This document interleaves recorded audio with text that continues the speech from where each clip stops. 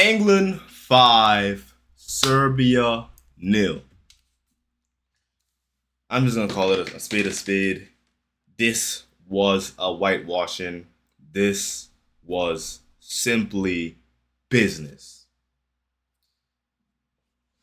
I mean, when it comes down to it, we all know who's gonna win this game today.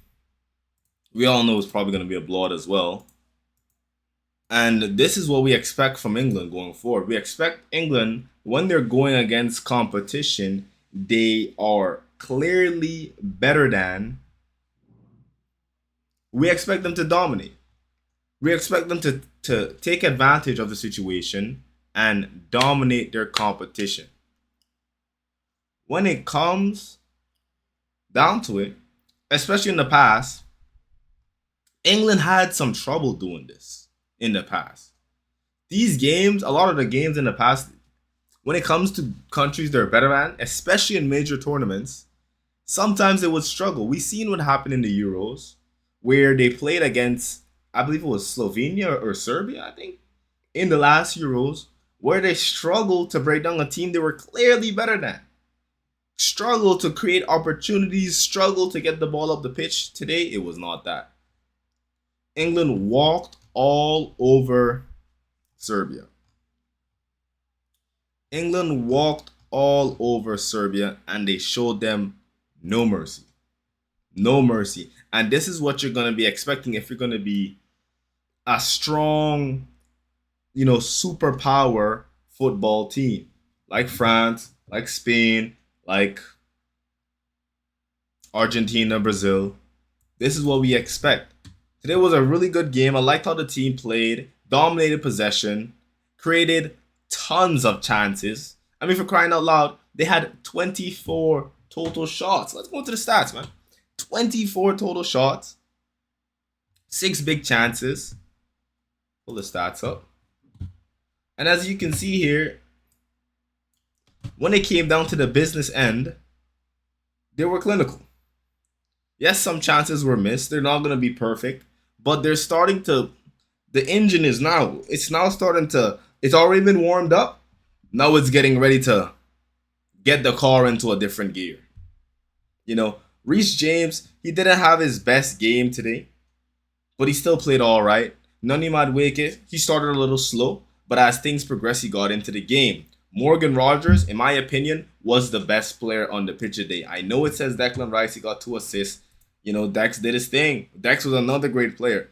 But in terms of just the whole game and how we progressed the ball up the pitch, created chances, to be honest, Morgan Rogers could have gotten more assists today if the England team was a little bit more clinical. But like I said, we can see what's progressing from Thomas Tuchel's philosophy, and he's getting his win backs and into positions where they can be dangerous. A lot of people are worried about Reece James' health, but it seems like he can do the wing back role and go bomb up and down the flank pretty well, and it doesn't look like it bothers him. I still do think if you're going to have Reece James bombing up and down the flanks, you're going to need him to manage his minutes. You're going to need Reece James to manage his minutes. Let's talk about Declan Rice today. Declan Rice today was a joy to watch. He absolutely dominated the pitch, and he played like a midfielder that knew he was heads and shoulders above his opposition. The same for, like I said, Morgan Rogers. I would have loved to see Adam Wharton play in this game, but I believe he is injured, if I'm not mistaken, because he's not even in the England national team. I believe he's injured.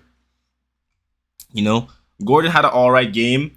Rashford came on, showed his levels. I made a TikTok earlier, right? Make sure you guys follow me on TikTok, Jaco Jordan Live. Make sure you follow me on TikTok in the description. But I made a TikTok earlier today saying that I do believe for England, yes, even though Gordon tracks back, Marcus Rashford knows how to track back, okay? And he's clearly, when it comes to technicality, even his decision making. When Marcus Rashford is playing for the team, he is, in my opinion, one of England's most deadliest attackers. When he's playing for the team and not playing for Marcus Rashford. And when he's playing for the team, Marcus Rashford tracks back. We've seen that he can track back when he plays for Barca, and we've seen the level of his IQ. Yes, he's a high IQ player, as much as people don't want to believe that. He is a high IQ player. He can create chances. He can be the most dangerous player on the team, on the pitch. And today showed a little glimpse of that. You know, as soon as he came on, got himself into dangerous positions, and he was just giving Serbia problems. Taking shots, testing Petrovic, testing the Nedlakovic. I didn't say that. Oh, well, not really Nedlakovic. He wasn't on. Who's the guy that was on? That came on from Nedlakovic. I believe it was Milos Velkovic. Milos Velkovic, if I'm not mistaken. Either Milos Velkovic or Lazar. You see, I'm not too good with the faces and the names. All I'm saying is whoever was supposed to be guarding Marcus Rashford, they weren't doing a good job. It's simple as that. Marcus Rashford was electric when he came on. I would love to see Marcus Rashford, Morgan Rogers, and on the right, I would love to see Saka play. You know? Saka or maybe Palmer play. I think that could be a very dynamic and a very strong interchanging and rotating attack. A very fluid attack. And especially when you put someone like Ollie Watkins up top. Yes, Harry Kane is good, but let's just be honest, his movement isn't where it's supposed to be. Harry Kane's movement isn't where it's supposed to be. And if he wants to take it to the highest level or to the higher level, England is going to need to bring in either Delap or Ollie Watkins. Yeah, I have to talk to my OG just now. You just asked me a question. But, like I'm saying, with us going into, you know, by us I mean England. With England going into the deeper stages of the tournament, more low blocks are going to become a lot more prevalent against them. Especially going into the deeper stages because, let's be honest, England's attack is stacked. It's a stacked attack, and a lot of the bigger teams know this. Now, are they going to dominate possession as much? Not really. Not really. It really depends on the players they choose. If they want to play a possession style system or if they just want to play more counter-attacking. But the thing about England is they have all the player profiles once the right team is selected for this World Cup that we're going into to switch their style of play. They can either do a possession-based style, they can do a counter-attack based style, or they can just have a fine balance between both. Like what we see in the Prem with some teams that are able to morph and change their playing style mid-game with the profiles they have. A good example of that I would say Liverpool. Liverpool, they can allow you to just get the ball and come and attack them. And as much as people like to come at Liverpool's defense, we've seen with Arsenal. Arsenal was just running at that in that last game they played. Arsenal was just running at Liverpool and at a lot of chances they had, just running at Liverpool via Noni Madueke, and they just let Milos Kerkez do their thing, do his thing. And when it was time for them to get position, they morphed into a team that can keep that possession. The same thing with Arsenal. As much as people like to disrespect Arsenal's playstyle, Arsenal's a team that can morph playstyles. We've literally seen this with Arteta playing a more risk-taking type of attack in his one of his first seasons as a head coach, and now he's switched over to a more defensive type of attack. They can morph playstyles, and I'm pretty sure it's not going to take much for Arsenal to go back to that more risk-taking type of style of play. What it's going to take is, like I said, the same problem that some of these managers have. You have to be able to take risk and know when and take a calculated risk, especially in the business end of the World Cup. It's going to take a lot of gusto because we all know how English media is and how fidgety and tedious they can be. They really like to criticize the coaches and like to micromanage every England head coach, and that's something that Tuchel is gonna have to fight over. Tuchel, you're gonna have to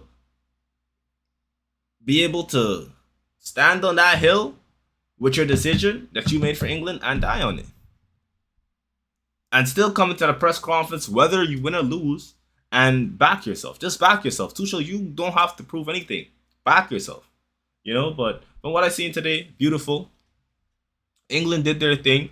Even though Marcus Rashford scored from a penalty, I still would like to see him start in more upcoming games.